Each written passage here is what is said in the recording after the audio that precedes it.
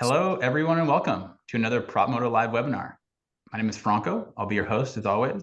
And today we're going to be talking about multifamily lending. The big topic, a lot going on right now. I think commercial real estate lending in general has had a rough couple of years, but multifamily, I think in particular, has a lot of intricacies and changes happening right now that are make it a pretty complicated landscape. And so we're going to be talking about all the specifics, getting into some details here. I know all of you are professionals that have some great questions too. So as always, I'll remind you that this is live, and you can throw your questions in here to the chat. We'll happy to answer them. We're not going to save time at the end. We're just going to answer them as they come in. If they are topical and add to the conversation, we're happy to help answer some questions. So please do that. Also love to hear about where some of you guys are from. So if you could throw in the chat where you're watching from. Hopefully any of you in Florida are doing okay. I know I just saw that the hurricane got downgraded, so I think it's going to be a lot lighter damage than we all expected, which is great. But I know, I have some family in Florida. I know they were, my heart goes out to all of you. I know it's not an easy situation. So yeah, hope everyone is doing well. Like I said, today, when it comes to multifamily, we really do have some specifics that, particularly when it comes to the new programs, there's obviously a lot going on with affordable housing in every state.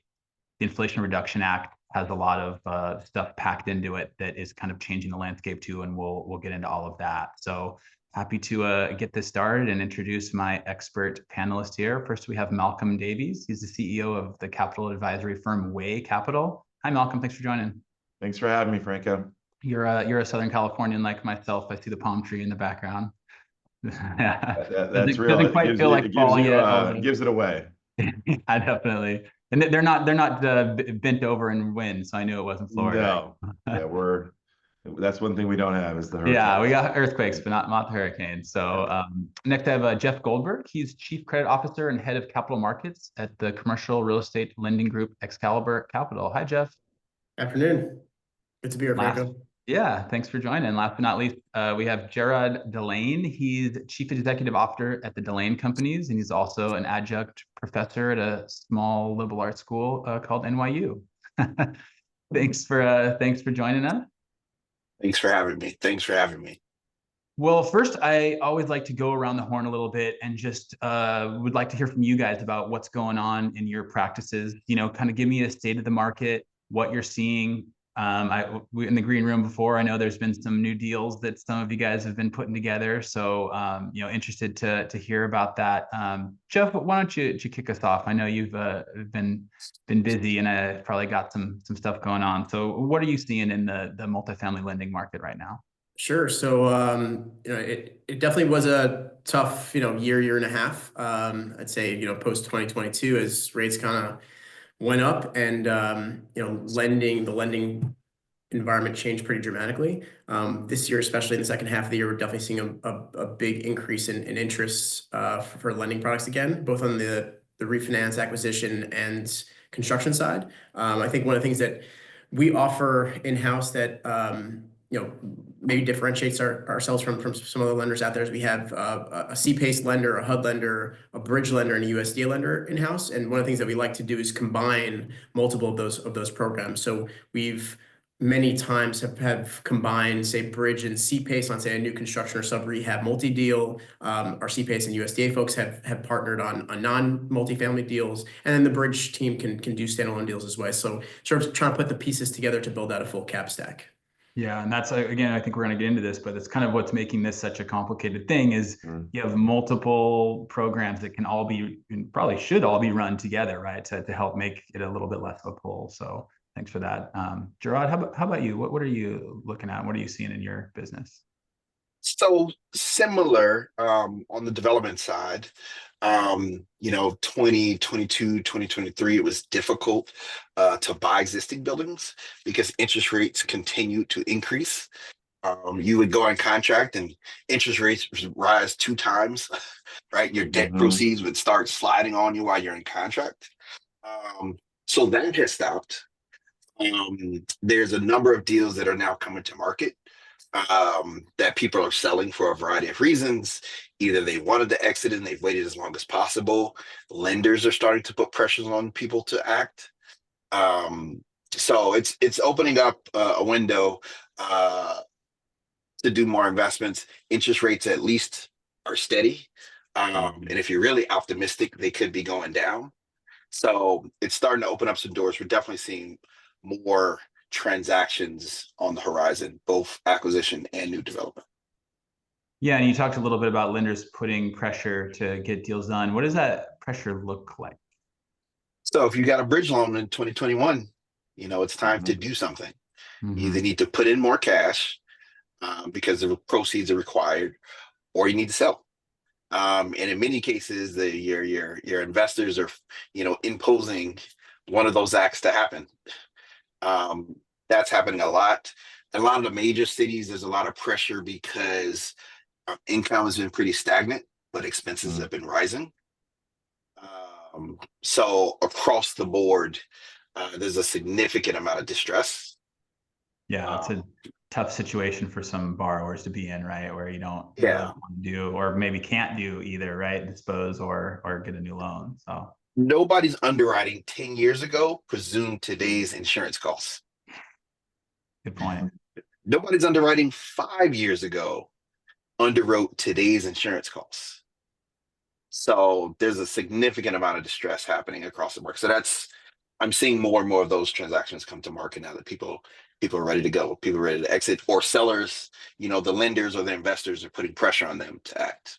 Yeah. Thanks for that.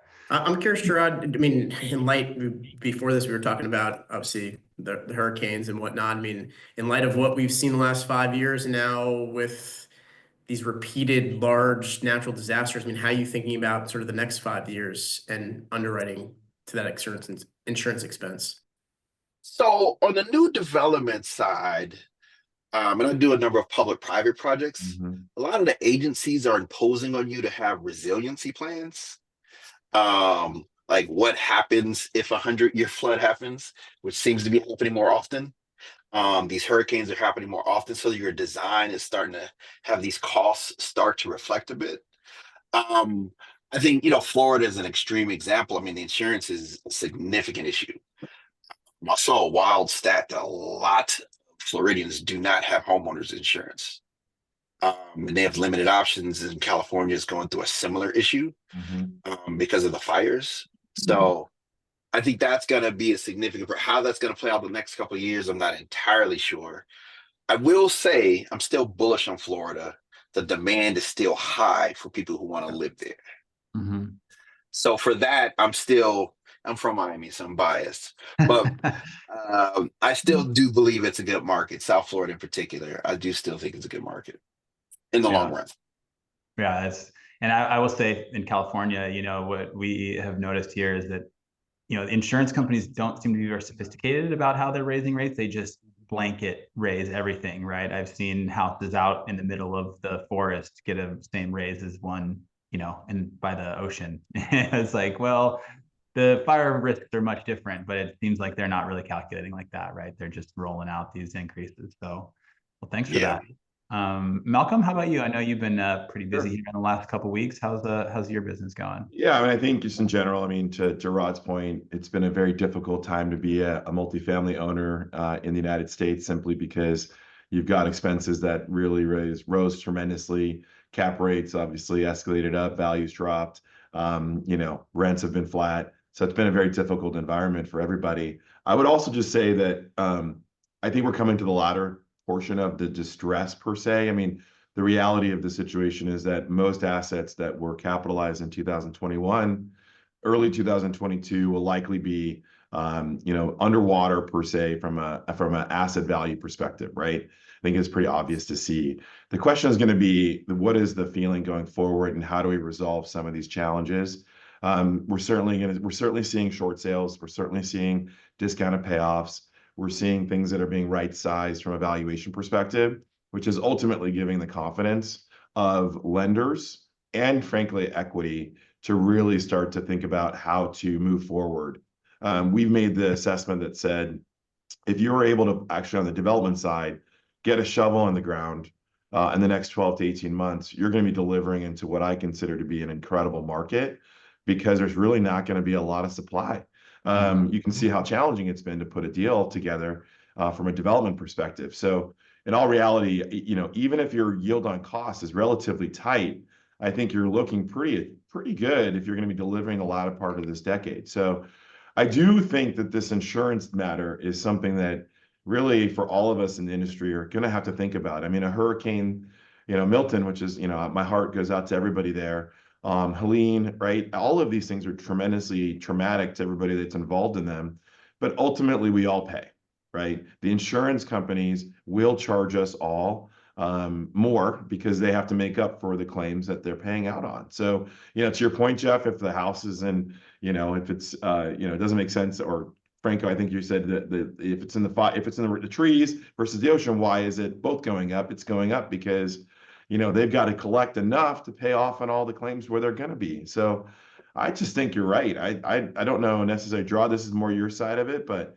you got to probably be able to underwrite significant escalations there, going forward. So that being said, I think the liquidity is really coming back, everybody. And so, myself, my peers in the market who are constantly putting deals together, we're definitely seeing transactional volumes increase. And so we're actually very optimistic going to the end of 24 into 25. Yeah, and one of the big, changes I think has happened. I mean, obviously it's been written about a lot. Is a lot of banks have pulled out of lending. Obviously we thought this was going to cause a crash of the regional bank system. Certainly, didn't come even close to that. But I think a lot of banks have pulled out, and a lot of non-traditional lenders have come in their place. I'd just love to hear from you guys of working with these, what are the kind of differences, and do you think when the rates start to come down, are these lenders going to stay in the game? Malcom, why don't you start? Yeah, I mean, look, I think you're right. I mean, if we were going to go do a bank deal about 12 months ago, the only way you were doing that deal is if you put a big deposit in the bank.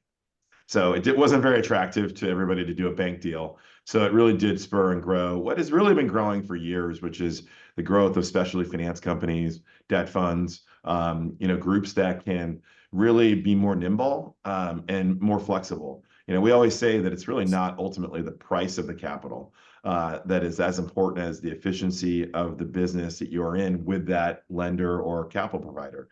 If you're doing a construction loan, there's nothing worse than actually being able to get your draw paid on time.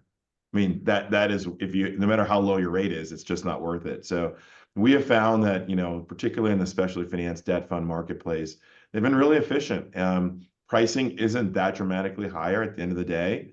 And frankly, there's a lot more non-recourse options in that space than there is within the banking sector. I still think that the banking sector is a really critical and important one for all of us in our industry, but it went through some traumatic issues in 23, which we all know about, which we're still kind of uncovering and coming out of.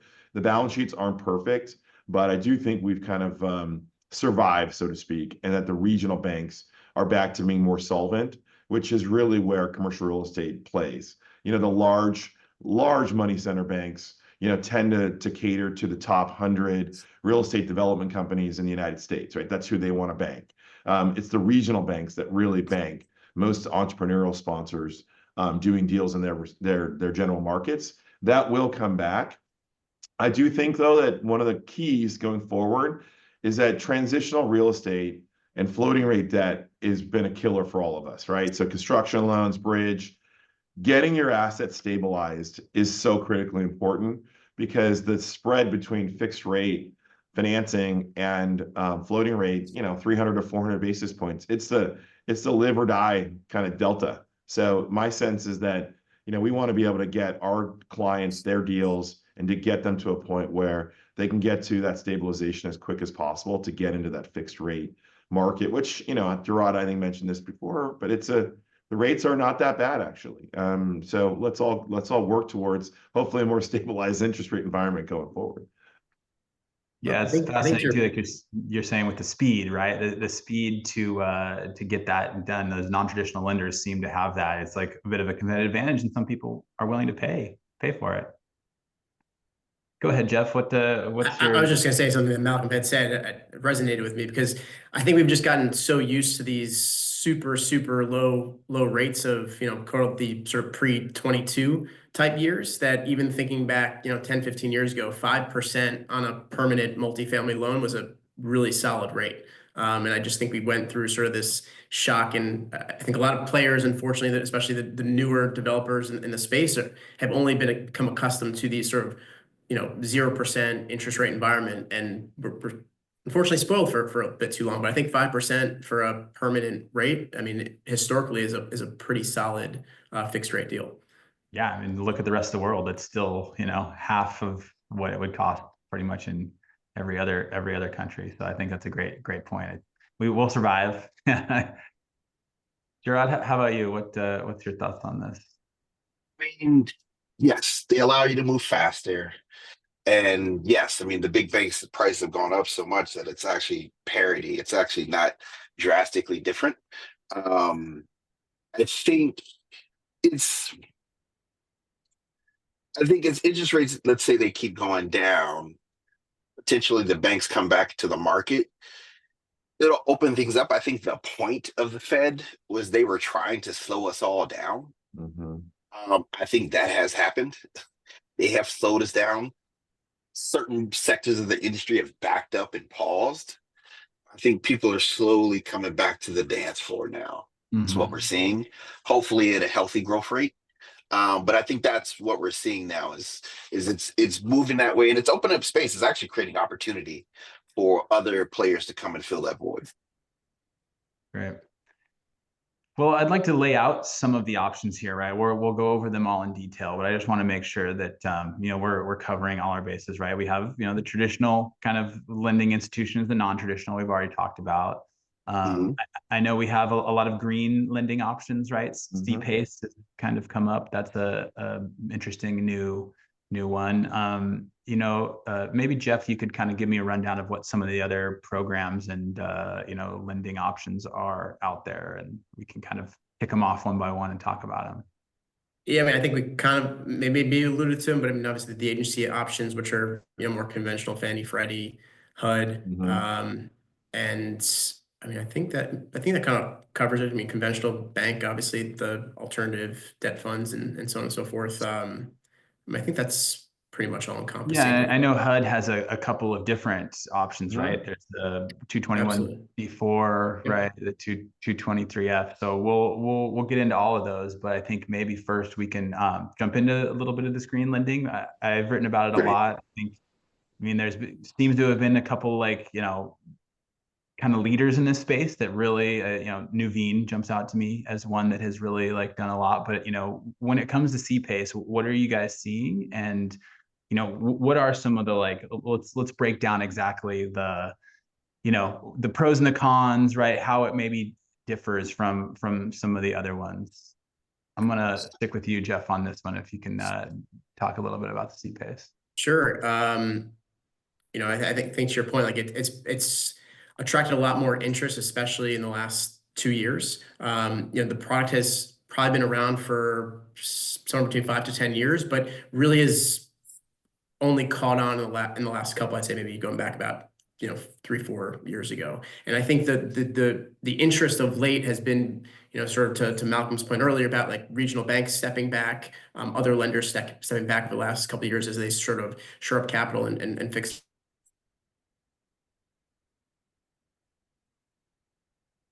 Jeff, you dropped out for me.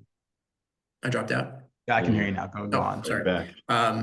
It's not sure where I cut out there, but I think the last couple of years there's been a renewed interest, just given that a couple lenders, especially the regional banks, had stepped back from the construction space, and it's a good way to round out the cap stack. I mean, it sits at the top of the cap stack. It's actually a tax assessment as opposed to debt, so there are some favorable structural items about C-PACE as opposed to being a senior loan. But then pairing that with a senior mortgage, you could typically get leverage 70%, even sometimes up to 80%, which eliminates the need, say, for a mezz loan or some type of preferred equity. So there's definitely some advantages to it. And it is long-term, I'm calling it debt, but it's not really debt, as I mentioned, long-term 20-25 year type paper, priced at right now about 7.25%, 7.5%. So it is pretty favorable pricing as well.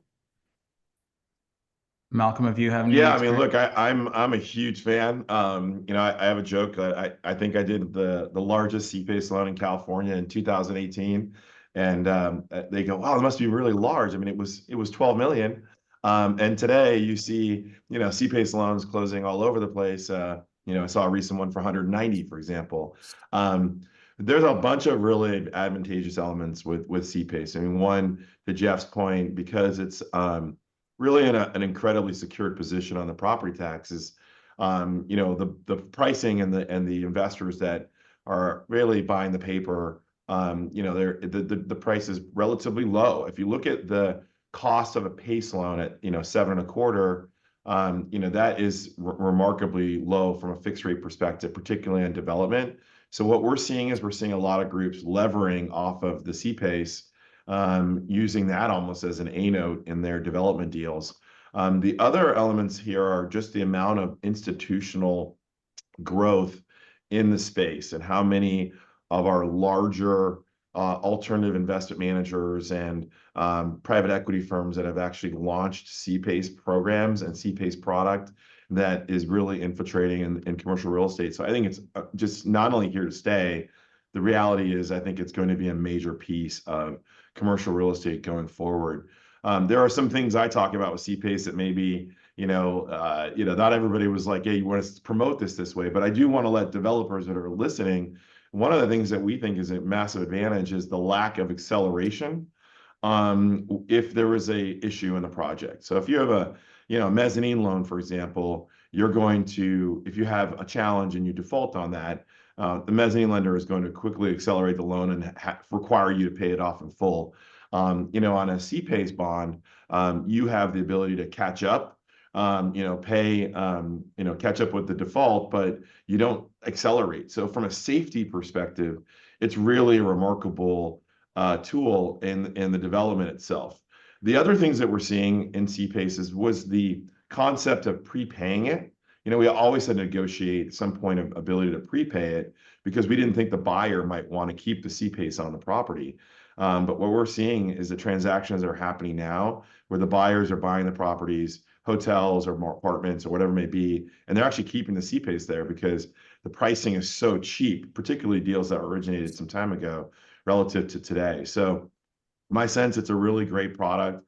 The hardest part has been the acknowledgement from a traditional lender to allow CPACE on there on the project. And so, that was probably the reason why it hasn't grown as fast as it could have. But you're starting to really see that acknowledgement, particularly when the price of the CPACE is so inexpensive relative to what you would pay even a bank or a debt fund for that matter. So, I'm really bullish. We've done a lot of hotels, a lot of apartments, and we just continue to see this growth in the space. So excited to work on it further. But I'll let Jerrod. I know Jerrod's doing some of this, so go ahead. Yeah, Jerrod, what's your experience with the CPACE?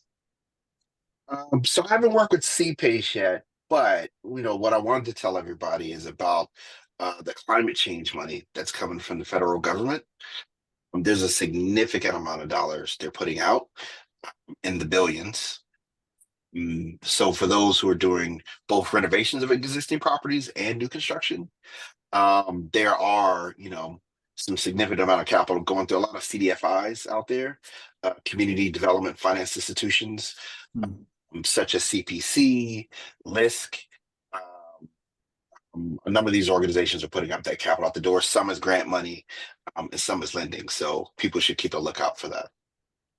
Yeah, I'm interested to hear you guys obviously whenever you bring in some of these programs, there's paperwork, right? You have to work with it. Like, what is the extra pull, right? Like, let's say CPACE, right? How much extra work is that to get that? Let's say the lenders are okay with it, everybody's on board, but to actually go through the motions, how difficult is that?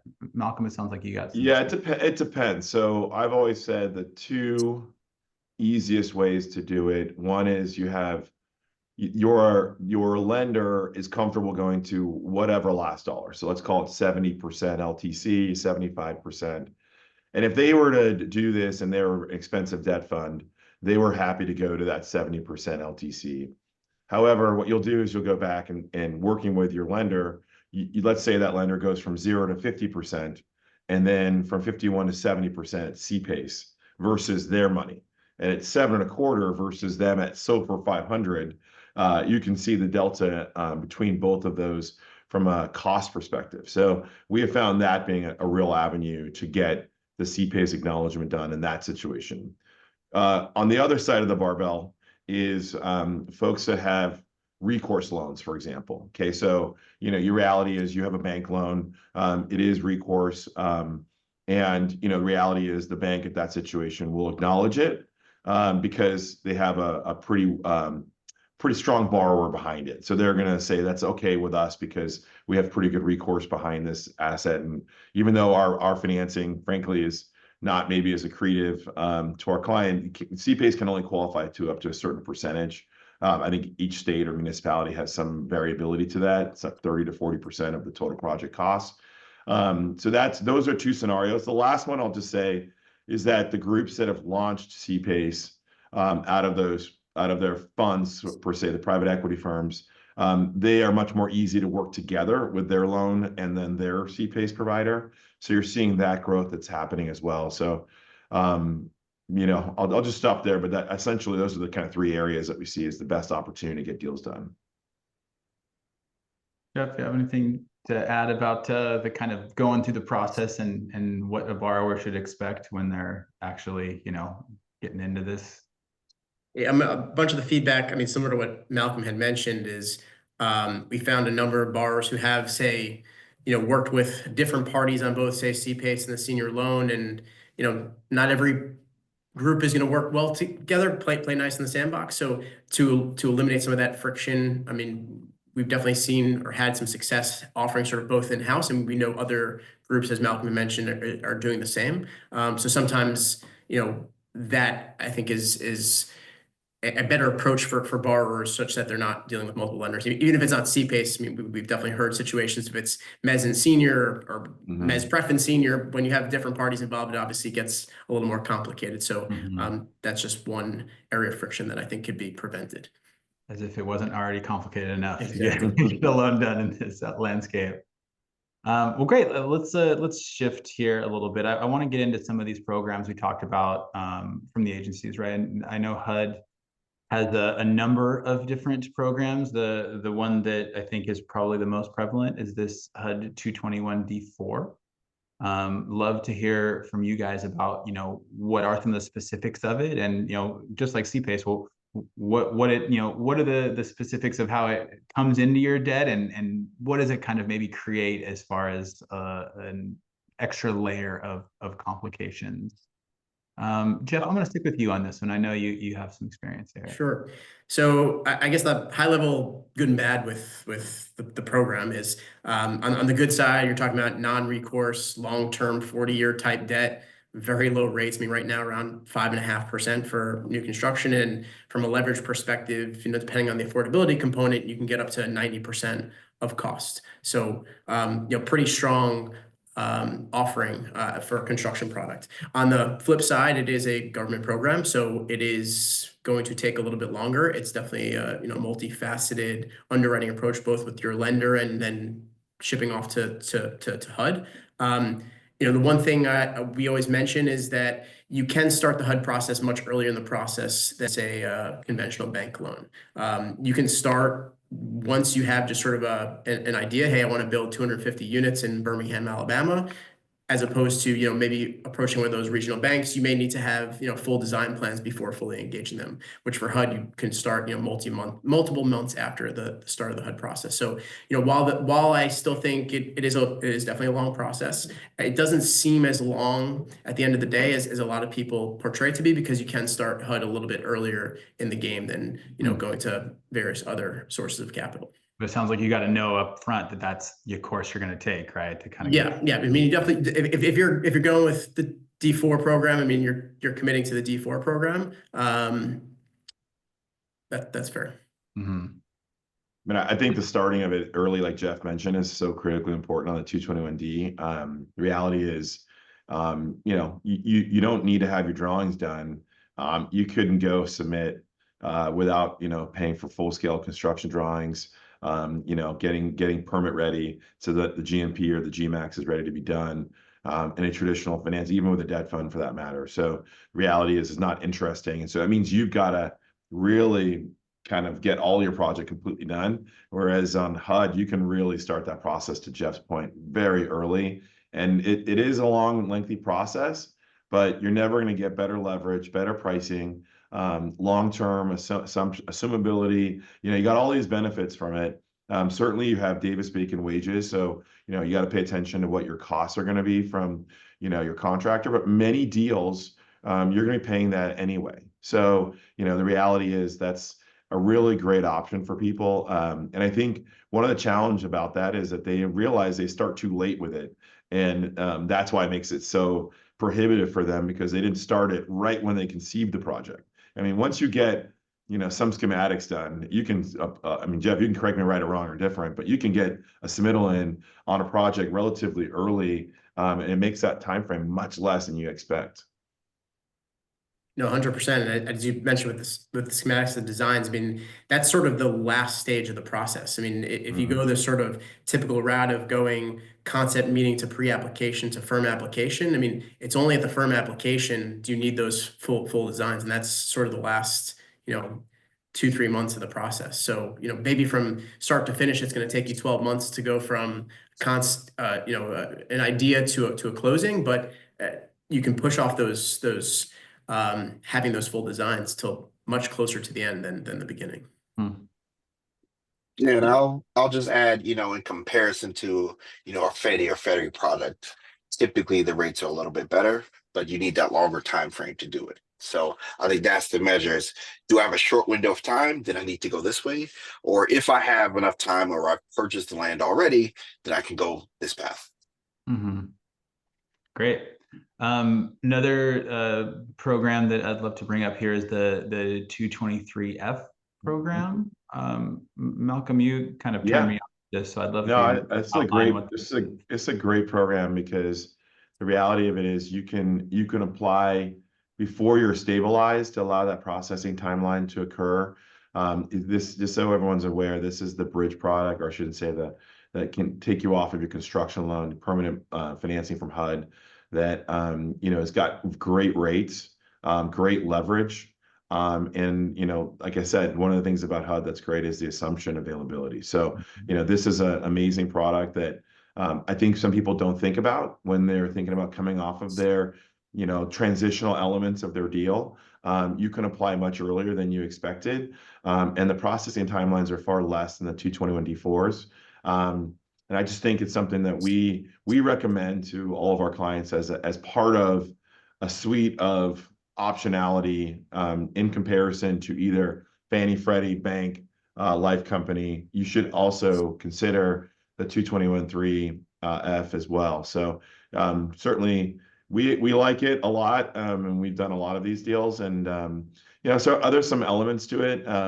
Obviously it's a long-term financing facility. So sometimes people say, well, I'm going to be locked into this rate for this long. To I think all of our collective points, I think the rates aren't going to be down to 3% again. I could be wrong, but I just don't see it. So if you're getting rates in the 5%, you really, don't, they always used to say, if the shoe almost fits, you should wear it. That's kind of the recommendation we make. And I think right now you're at a decent rate. So, look, some of the, go on, Can I add to that rate comment? I think another thing we're seeing a lot right now in the second half of 2024 is a lot of debt assumption deals, or sellers understand that the person purchasing from them, there's a dislocation from the rate they got in 21 and the rate that they have now. And that if they wanted to get the maximum proceed, allowing that purchaser to assume the loan, they could actually get a larger purchase price on the way out. So we're seeing a lot of that in the second half of 24. Yeah, I've heard from some of the better lenders that I've talked to that they're not in the business of trying to predict where rates are going, right? They're in the business of getting these deals to pencil. So when they do, right, even though there might be a little trepidation of, oh well, if I waited this many months and they might come down a couple, basis points, right. I think most people are probably ready to just get a deal done and move on. I'd love to move on now to the construction, right? I think we've hit on this a little bit, obviously, to 223F and stuff, but this seemed to be where the money dried up first when rates started to get cranked up, right? There's a lot of a lot of risk in any construction project. Obviously, they're complicated. You have to pay out in tranches. You want to make sure that you don't have contractors knocking on your door and dumping sand in your driveway and stuff. But yeah, what are you guys seeing? What are you guys seeing in the construction lending landscape? Is it coming back? I mean, obviously, there's lots of programs to try to bring it back. We need more buildings, but have any of you had any specific dealings with construction? Jeff, I'll start with you on this one just to get your take. Yeah, I mean, I think speaking from personal experience and what we're seeing in-house, I mean, to some of the points that we talked about earlier, with some of those more conventional bank sources drying up of late, and granted, we are starting to see more competition from those sources in the last couple months, but we were starting to see a lot more construction type deals. There just wasn't that much availability of debt capital from conventional sources, so they were looking to folks like ourselves, either if it was CPACE or our bridge product, to provide that type of construction financing. And then also sort of to Malcolm's point, I think looking a couple of years out, while construction is down materially or starts are down materially, I think that there's sort of an opportunity, if you can find that the correct cap stack, to sort of be delivering in call it 24 to 36 months in a much more opportune time than maybe today. Yeah, I mean, I think one of the reasons why construction slowed down, it wasn't entirely because there wasn't availability of construction financing. It was really because the equity started looking around and said, hey, am I building for a value where my cost is higher maybe than where my value is? And that's really what slows down development. That being said, we've been really active in the space. I mean, we closed an $88 million construction loan 2 weeks ago, a $102 million construction loan a couple months ago. Those were both in multifamily. We've even closed construction loans in hospitality, all of which were done with developers who really believe about what I was just referencing, which is there are so few starts and there is so few availability of housing units in America. This is not just multifamily. This is also single family. This is also for sale. This is for rent. And I think you look at NIMBYism in America, it's real. It really is difficult for people to get projects approved, and we just don't have a lot of supply. So in that regard, you are going to be in a decent spot from a risk-adjusted perspective. Now mind you, you do have other risks. Costs could go up and all the normal things that happen in development. But we're pretty bullish about this, and I think the question is going to be, will the equity show up? Really understanding that the opportunity to be a new product, particularly in construction, in 26, 27 versus, all of the older stock, which if you look back at how much time periods we've got going on regarding like construction starts, the product is competing against is going to be 5, 6, 7, 8 years old. So, you're not going to have that much competition from your new development that has been recently completed. So we will see this. And by the way, if I go back in my career, the same thing was said at the end of the GFC and the start of the new cycle. Every deal we closed in 2011, 12, 13 absolutely crushed it, as we can imagine, right? So those deals sold in 15, 16, 17. So you can imagine the same theory should be thought about here. The one thing I will say is costs don't seem to be going down, and I'm not sure they will. Maybe labor, but it seems like materials, at least from what we hear, are not that inherently less, even with less demand per se. Don't know what that's an indication of. Maybe global dynamics in regards to that, but yeah, I just think that it's ultimately the equity that is really the driver in getting deals done. I would say there's availability of cash to do the financing one way or the other, through CPACE, through debt funds, through banks, life companies, and the like. So we're bullish in that regard. And can I underline something there that Malcolm said? I think, this conversation is on multifamily financing. Yeah. I think compared to the other food groups, compared to office, industrial, retail, malls around the country. The demand, there's no question. We don't have enough housing. We're not building it fast enough. So I think for all of us on the equity and the debt side, I think that should give us a little confidence to keep marching along because the demand is still well underserved. The single family housing market, unrelated to us, single family houses at our all-time high. Yeah. There's not enough houses to go around. Regular ours numbers are killing it right now. Yep. And I think I saw some wild stat like 25% of all their houses are getting closed all cash. Mm-hmm. The demand is incredible for housing. So for those of us in the multifamily space, that I think gives us confidence that the market will be there as we deliver and keep moving forward. Yeah, we're so far behind where we need to be housing wise that I don't see it falling anytime soon. I got a question here I'm going to throw out. It's to you, Jerrod, but I want everybody to kind of jump in here, which is, can you expand on some of the gaps, financing tools that are out there in the market right now, right? What are some of the places that they're still maybe not Cool. all the stack that people need to get these deals done? So I spend a lot of my time in the affordable housing space. So a consistent program for us is the Federal Home Loan Bank. That program has an affordable housing program that essentially provides gap filling subsidy that can be $1 million, $2 million to help fill some gaps in your project. Also, we try to go for pilots, helping you reduce your tax liability. That's another way to close the gap on your project. And then, there's some cases where maybe the seller will take back some paper, maybe participate in the deal, a joint venture just to make the deal happen. We've done all of the above to get deals done to close the gaps. The one place, Franco, I would say that is interesting is the CRA credits. Reality is, as long as your community is 50% of the community is 80% AMI or less. Yes. As an investor, imagine in the banking world, they all have the CRA bucket of cash to capital to invest in deals like that. So many deals qualify for that, and so some sponsors don't recognize that. So that's one area we always try to look at and seeing if the rents that kind of qualify for. If your AMI on 50% is at 80% or less, cool, you're there. That helps you capitalize your project or your acquisition. The other part that I would say is we've been doing these, to shore up the deals. Obviously someone says, okay, how do you get a deal done?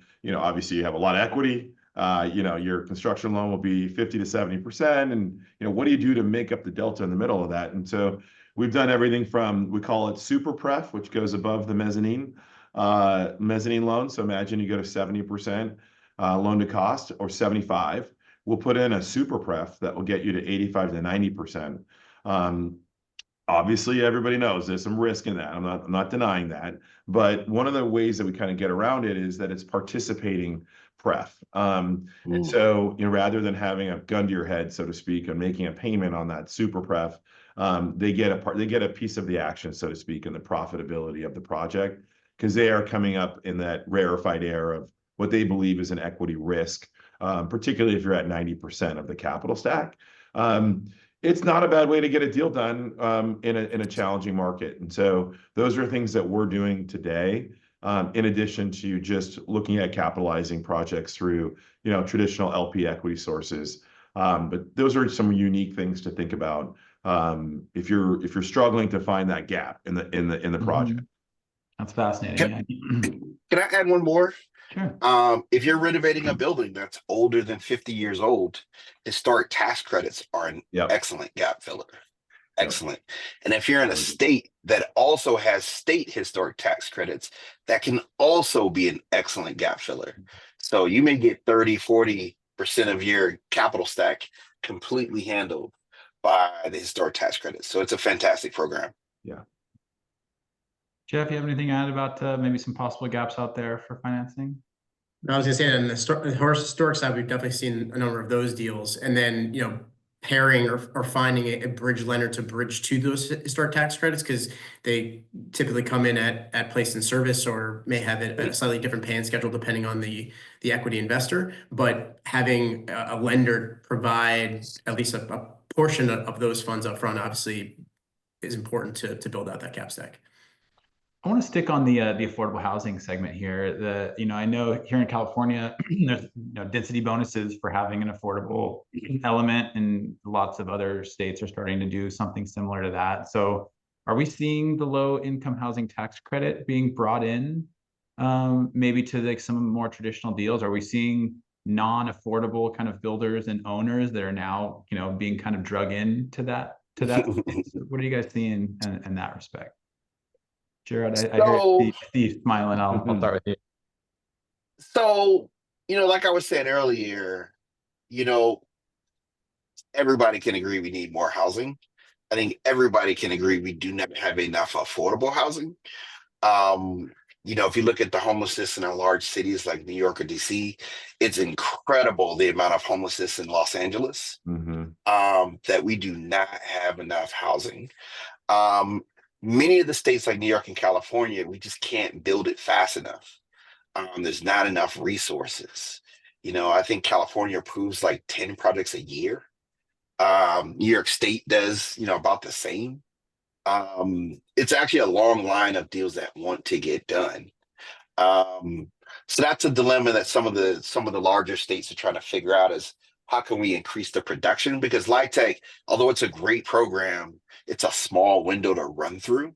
And it's constrained by government performance.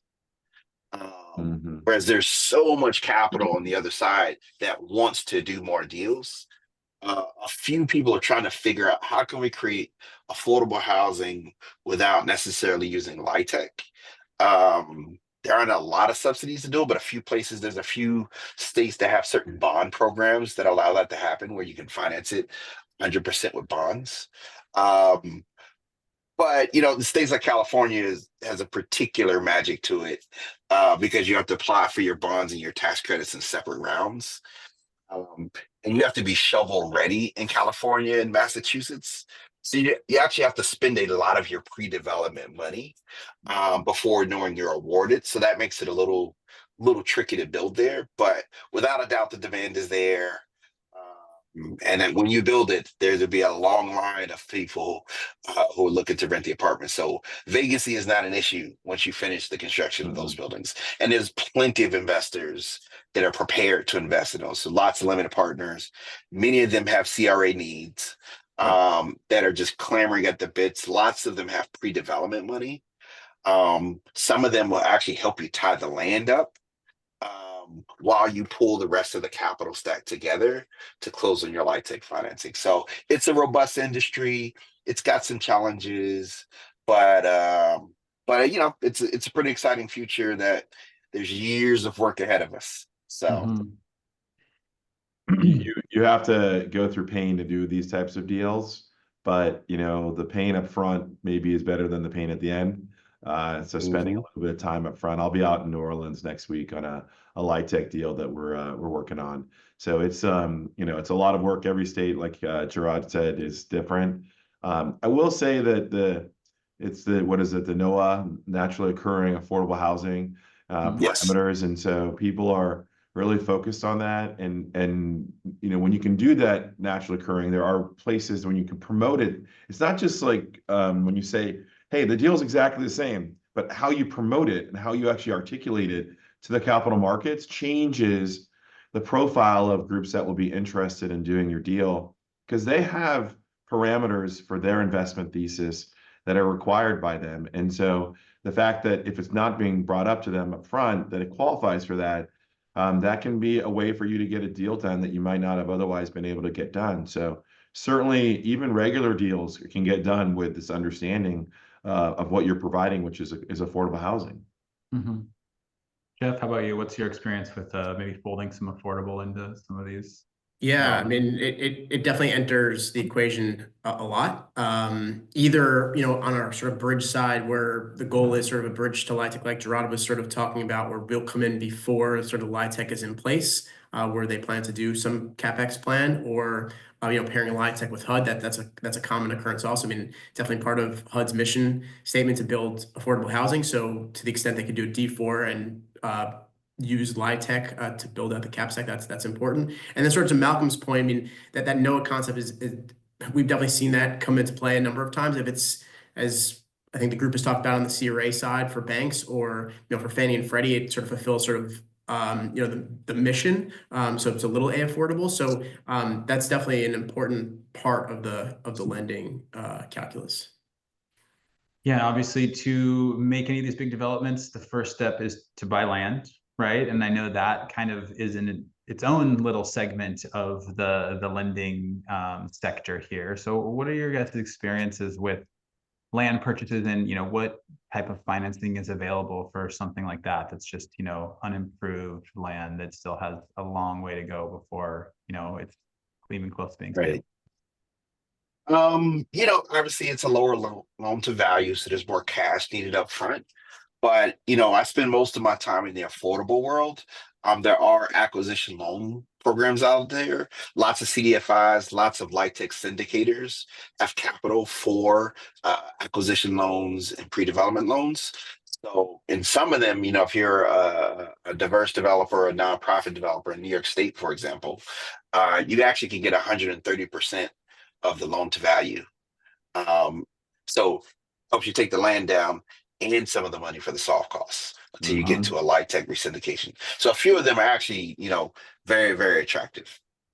Yeah, I mean, you're going to want to find a couple avenues. One, we will get hired to bring in a co-GP capital provider who will come in early to acquire land, and that's really what I like to call it's like your Series A and investing in a company, right? You're going in early, you're going to get a better return, you're going to get you'll get a promoted interest in the deal in all likelihood, or you will do an arrangement with your institutional partner where they'll do a 50-50 cost sharing agreement, and essentially you'll buy the land. And then the moment that you receive all your entitlements and the like, it'll convert to its normal 95/5 or 90/10 type of situation. On the land financing, Jerrod's right. You don't want to take too much leverage on land. I just wouldn't recommend it. So generally speaking, you're looking at 50 to 60%, LTVs. But there is a lot of land financing available today.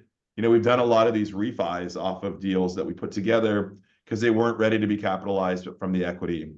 So we've been closing these land financing to give more time for the market to recover, for equity to feel more confident in their ability to go vertical. So I actually think that that's a pretty robust environment today. Most people, when on those refis, generally what's the difference is that the land is now entitled. It's just can't go forward because of the equity markets. That's a pretty good and safe bet for a lot of these land lenders, particularly at 50 to 60%. So I would just, think about that. But no question, pre-development equity, in my opinion, is one of the greatest places you can find to help you grow your business. And once you find them, you keep them as your partners. You treat them right. That's right.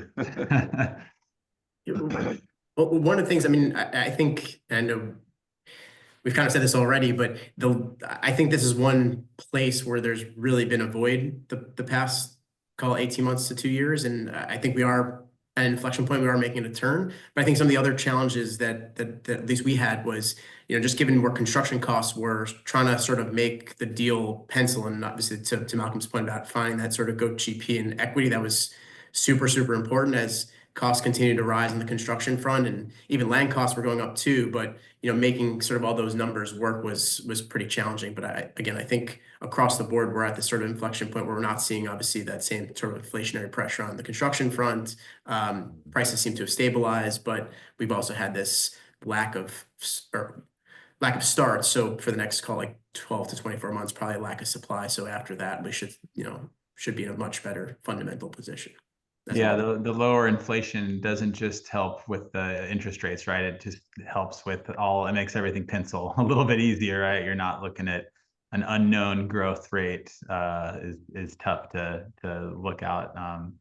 Well, in the last couple of minutes here, I usually like to end with a prediction. I usually ask people to give me predictions for the next 5 years, but I'm going to ask the next 4 years since we have kind of a big political event happening next month here. So going to go around and, quick 1 minute little prediction of what you think, if we were to do this webinar again in 4 years, like what would we be talking about and how would it be different than this discussion?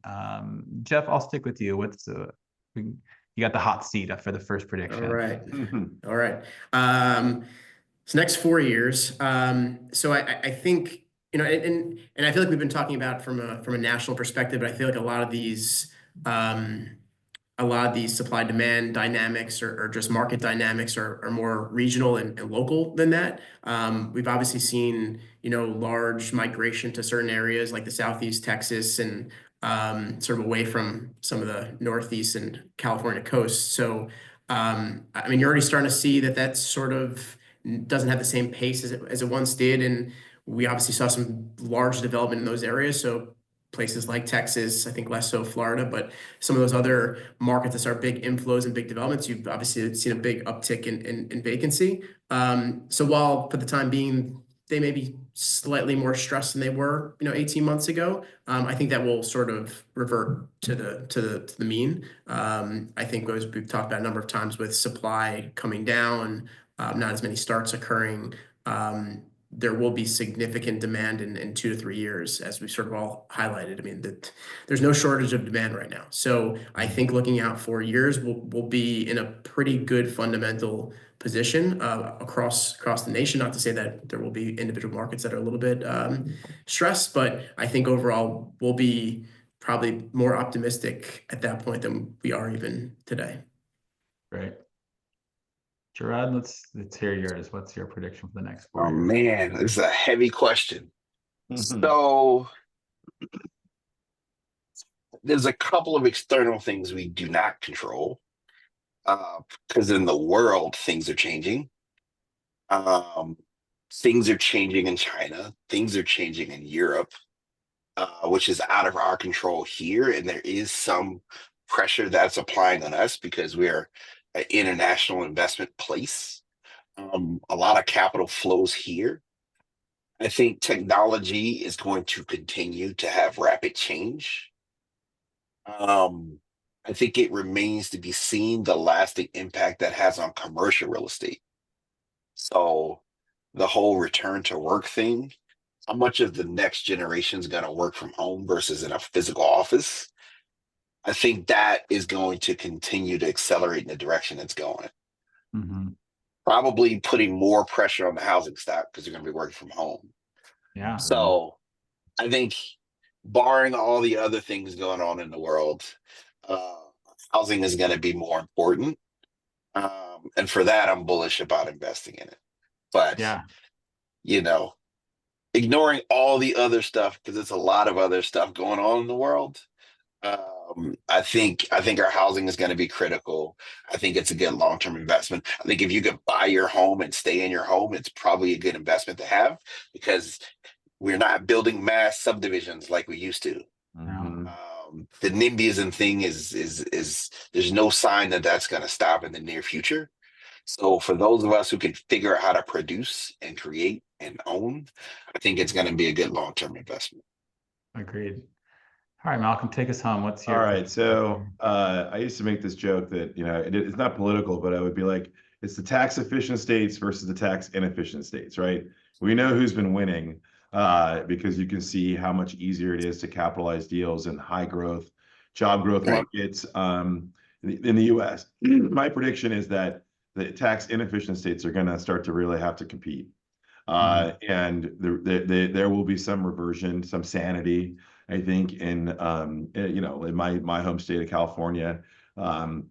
Still a great place to live. And it's still got amazing job growth for industries that will always be here. The thing that I think will happen, I hope it does, is that when we capitalize projects, there are lots of capital groups that will not do deals where the rules change because the jurisdictions change the rules on people.